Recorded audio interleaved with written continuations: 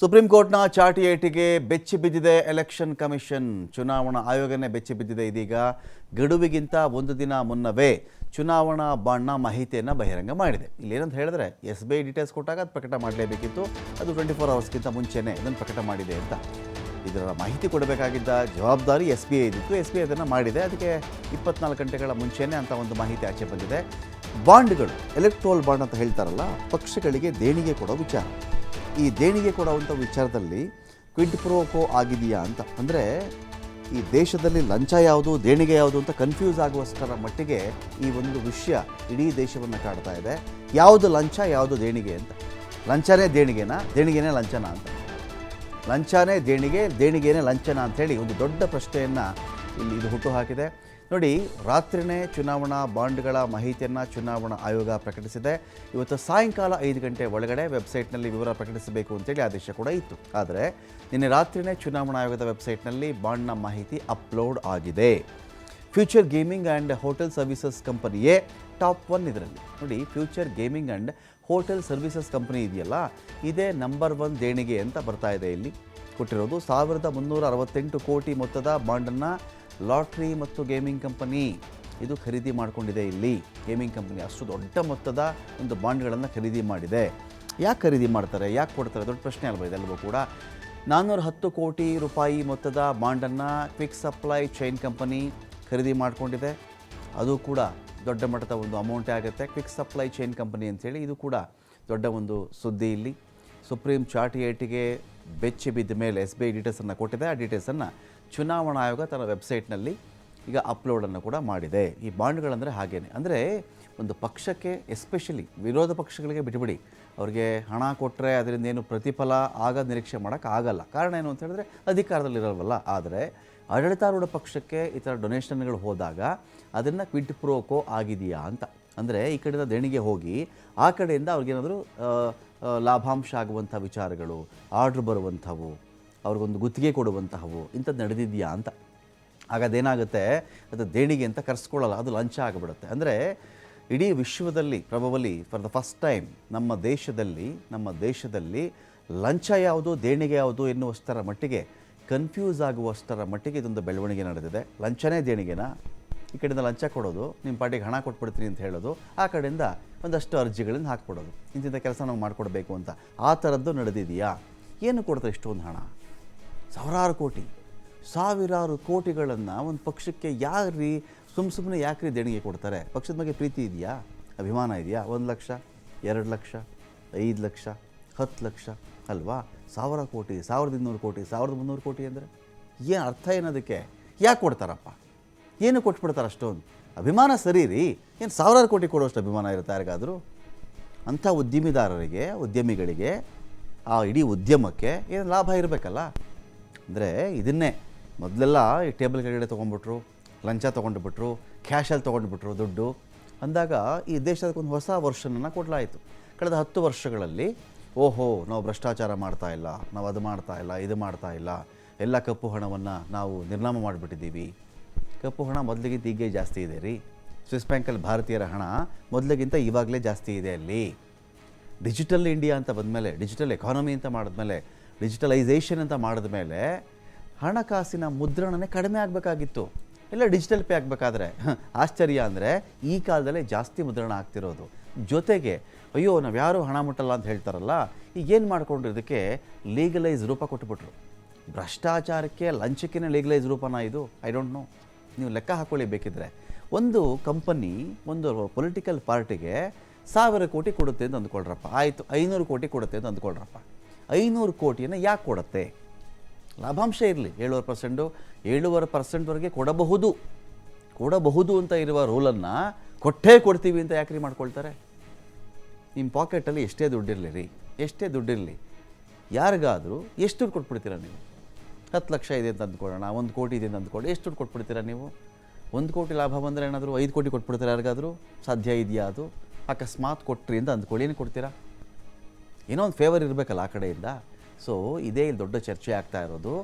ಜೊತೆಗೆ ಇನ್ನೊಂದು ಆಗಿದೆ ಇಲ್ಲಿ ಈ ಒಂದು ಬಾಂಡ್ನ ವಿಚಾರದಲ್ಲಿ ಸುಪ್ರೀಂ ಕೋರ್ಟ್ನ ಅಬ್ಸರ್ವೇಷನ್ ಇದು.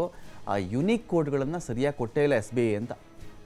ಒಂದು ಕೋಡ್ಗಳಿರ್ತವೆ, ಆ ಕೋಡ್ ನಂಬರನ್ನು ನೀವು ಯಾಕೆ ಇಲ್ಲಿ ಕೊಟ್ಟಿಲ್ಲ? ಇಲ್ಲಿ ಆಗಬೇಕಾಗಿರೋದು ಏನು ಅಂದರೆ ಇದರ ಫರ್ದರ್ ಬೈಫರ್ಕೇಷನ್ ಇಲ್ಲಿ ಏನಾಗಬೇಕು ಅಂತ ಹೇಳಿದ್ರೆ, ಯಾವ ಕಂಪನಿ ಯಾವ ಪಾರ್ಟಿಗೆ ಎಷ್ಟು ಹಣ ಕೊಟ್ಟಿದೆ ಅಂತ. ಇಲ್ಲಿ ಬಾಂಡ್ಗಳ ಖರೀದಿ ಲೆಕ್ಕವನ್ನು ಇಲ್ಲಿ ಕೊಟ್ಟಿದ್ದಾರೆ, ಸರಿ, ಅಗ್ರಿ, ಬಾಂಡ್ಗಳು ಖರೀದಿ ಮಾಡ್ಕೊಂಡಿದ್ದಾರೆ.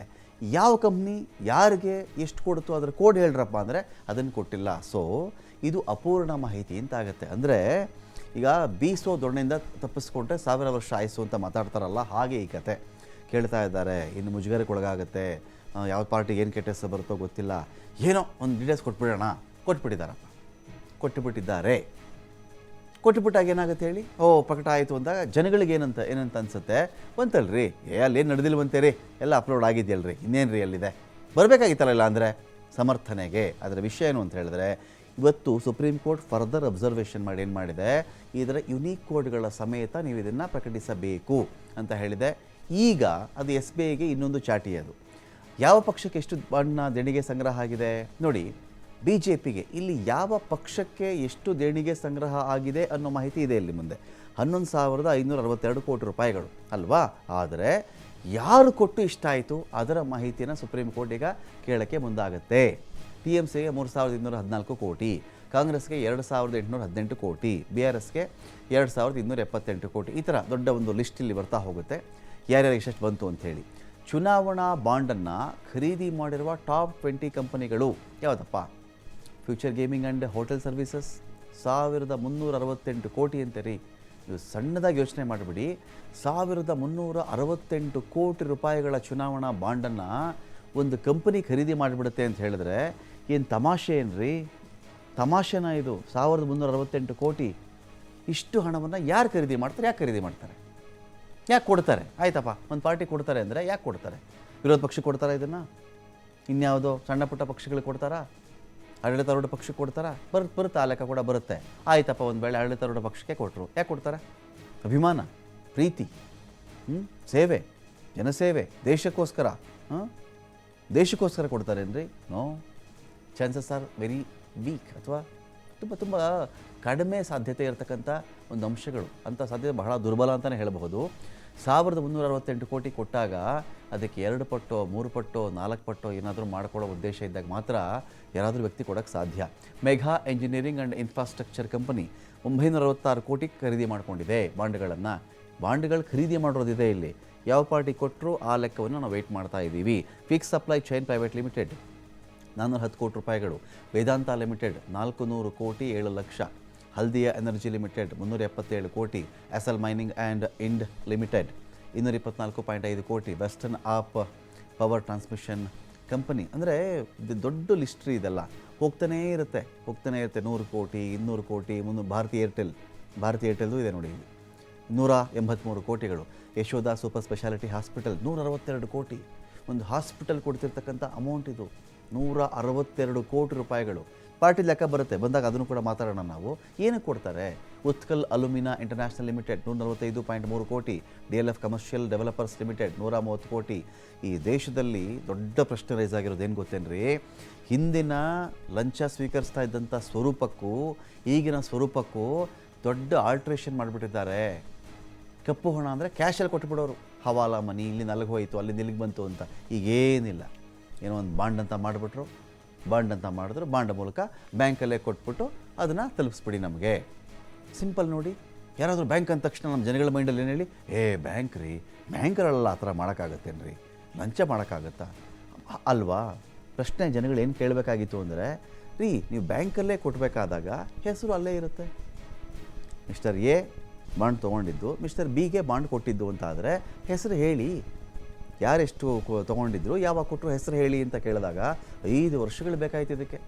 5 ವರ್ಷ ಆದಮೇಲೆ ಈಗ ಕೊಂಡುಕೊಂಡವರು ಹೆಸರಿದೆ ನೋಡಿ. ಎಂತೆಂಥ ಸ್ಟೇಜ್ ಬೈ ಸ್ಟೇಜಲ್ಲಿ ಸುಪ್ರೀಂ ಕೋರ್ಟ್ ಚಾಟಿ ಬೀಸ್ತಾನೇ ಇರಬೇಕು. ನ್ಯೂಸಲ್ಲಿ ಏನಾಗ್ತವೆ ಅಂತ ಹೇಳಿದ್ರೆ, ಇವತ್ತಿಗೆ ಇದು ಆಚೆ ಬಂತ, ಇದು ಹೇಳಿಬಿಟ್ರು, ಎಲ್ಲ ಎಷ್ಟೊಂದು ಜನ ಕೊಂಡ್ಕೊಂಡಿದ್ದಾರೆ ಅಂತೀರಿ, ಎಷ್ಟೊಂದು ಕಂಪ್ನಿಗಳಿದೆಯಂತೆ. ಯಾರಿಗೆ ಕೊಟ್ಟರು ಜನ ತಿಳ್ಕೊಳ್ಳಿ, ಯಾರಿಗೆ ಈ ಬಾಂಡ್ನ ಹಣ ಹೋಯಿತು? ಪ್ರತಿಯಾಗಿ ಕ್ವಿಟ್ ಪ್ರೋಕೋ ಆದರೆ, ಕಿಕ್ ಬ್ಯಾಕ್ ಆದರೆ, ಅದೇ ಸಂದರ್ಭದಲ್ಲಿ XYZ ಎನ್ನುವ ಕಂಪನಿ ಇಂಥ ಒಂದು ಪಕ್ಷಕ್ಕೆ ಇಷ್ಟು ಹಣ ಕೊಟ್ಟಿದ್ದಾಗ ಆ ಕಂಪನಿಗೆ ಮಂಜೂರಾದ ಯೋಜನೆಗಳು, ಆ ಕಂಪನಿಗೆ ಈ ಒಂದು ದೇಣಿಗೆಯೋ ಲಂಚ ಆರ್ ದೇಣಿಗೆ, ಹೊಸ ವರ್ಡ್ ಬಳಸ್ಕೋಬೇಕ್ರಿ ನಾವೆಲ್ಲರೂ ಕೂಡ ಈಗ. ಭ್ರಷ್ಟಾಚಾರ ಮಾಡಿಲ್ಲ ಒಂದೇ ಒಂದು ಇದೆಯೇನ್ರಿ, ಒಂದು ತೋರಿಸ್ಬಿಡ್ರಿ ಅಲ್ವಾ, ಇದೇನರಪ್ಪ ನಮಗೆ ಗೊತ್ತಿಲ್ಲ ಸ್ವಾಮಿ, ಇದೇನು ಹೇಳಿ ಆಗಾದ್ರೆ.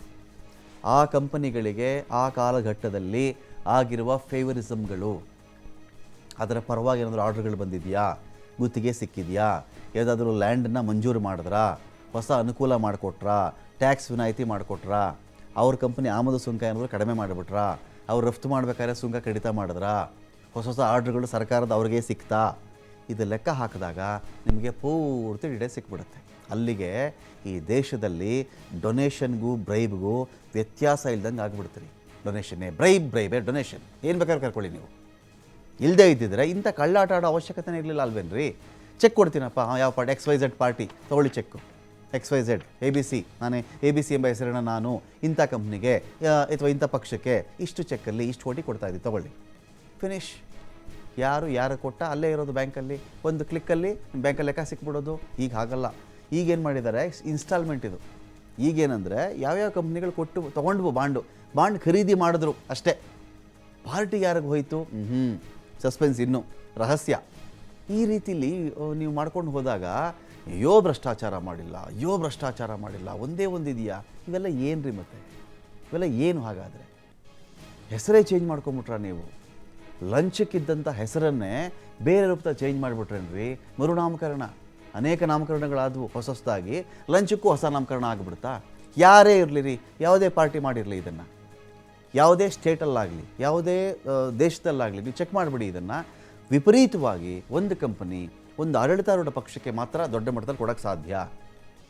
ಅದು ಯಾಕೆ ಅಂತ ಹೇಳಿದ್ರೆ ರಿಟರ್ನ್ ಅದ್ರಿಗೆ ಬೇಕಲ್ಲ, ಅದಕ್ಕೆ ರೂಲಿಂಗ್ ಇರೋರು ತಾನೇ ರೀ ಮಾಡೋಕ್ಕೆ ಸಾಧ್ಯ. ಬೇರೆಯವರು ಕೊಟ್ಟರೆ ಅದು ಪಕ್ಷದ ದೇಣಿಗೆ, ಎಲೆಕ್ಷನ್ ಟ್ರಸ್ಟ್ ಅಂತ ಇರ್ತಾಯಿತ್ತು ಮೊದಲು, ದೇಣಿಗೆ ಕೊಟ್ಟಿರಬಹುದು, ಅದನ್ನು ಆ ಪಾರ್ಟಿ ಬಗ್ಗೆ ಕೊಟ್ಟಿರಬಹುದು. ಆದರೆ ರೂಲಿಂಗ್ ಪಾರ್ಟಿ ಕೊಟ್ಟಾಗ ಏನಾಗುತ್ತೆ, ಅದರ ಅರ್ಥನೇ ಬೇರೆ ಆಗಿಬಿಡುತ್ತೆ. ಆಯ್ತಪ್ಪ ತೊಗೊಂಡಿದ್ದಾರೆ, ಏನೂ ಮಾಡಿಕೊಟ್ಟಿಲ್ಲವ ಆ ಕಾಲದಲ್ಲಿ ಅಂತ ಹೇಳಿದ್ರೆ ಆ ಪಾರ್ಟಿಗಳೇ ಅನೌನ್ಸ್ ಮಾಡಿಬಿಡ್ಬೇಕಾಗಿತ್ತು ರೀ. ಪಾರ್ಟಿನೇ ಅನೌನ್ಸ್ ಮಾಡಬೇಕಾಗಿತ್ತು, ನನಗಿಂತಿಂಥ ಕಡೆಯಿಂದ ಬಂದಿದೆ, ಮಾಡಲಿ ನೋಡೋಣ. ಆಗಲ್ಲ ಅಲ್ಲ, ಇಲ್ಲಿರೋದು ಸಸ್ಪೆನ್ಸ್.